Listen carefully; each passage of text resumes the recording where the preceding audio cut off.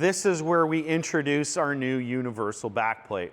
As you can see, we used to have 2 backplates. Now we have 1 backplate serving all purposes.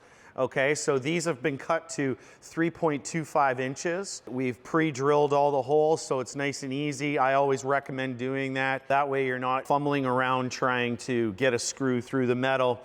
We all know how hard that is, so we recommend pre-drill, just slightly bigger than the screw, so we get right into the substrate right away. Okay, so we're gonna start installing these. So right now what we're gonna do is we're gonna install our vertical reveal cap backplate. Okay, so in the design we have 2 panels here with a reveal cap in the middle, reveal cap perimeter at the top, and that'll continue on to this side. In the panel system, we wanna make sure all our backplates are fastened every 24 inches. If you start with the bottom, this is gonna start going like this and flopping all over the place. Gravity's a beautiful thing. Try and use it as best as you can. Start with the top, hangs nice and easily at the bottom, and then get your level, exactly what Andre did.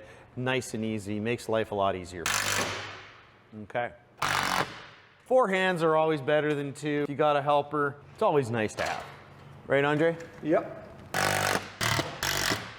Space them apart. We pulled them back from each side so that we don't have them too tight against each corner. That way we have a clip here and a clip here. We're gonna explain the whole clip system once we're done putting these next 3 pieces on, and then we'll explain what our system clips do and how they work.